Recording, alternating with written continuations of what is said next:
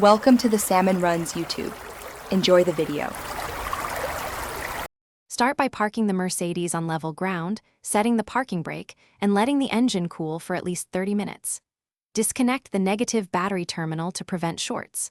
Open the hood and remove the engine cover if present. Measure belt length and note routing using photos or a diagram so you can reinstall correctly. Gather tools: a 3/8 and 1/2-inch ratchet, metric sockets, serpentine belt tool or breaker bar, a torque wrench, and a new OEM or equivalently rated belt.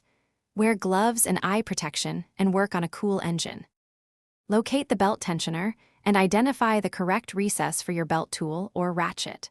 Relieve tension by rotating the tensioner with the appropriate tool until the belt can be slipped off a pulley.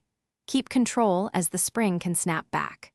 Remove auxiliary components only if they obstruct belt removal, such as the air intake or splash shield, using labeled fasteners to ease reassembly. Fully withdraw the old belt and lay it flat next to the new belt to compare length and rib profile.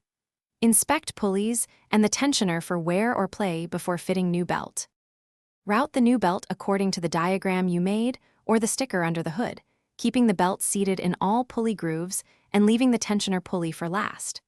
Rotate the tensioner to allow the belt to slip over that pulley and slowly release to apply tension.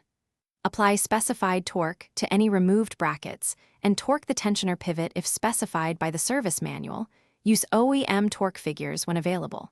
Reconnect the negative battery terminal. Start the engine and run at 2,000 RPM to check alignment, noise, and belt tracking. Listen for chirp.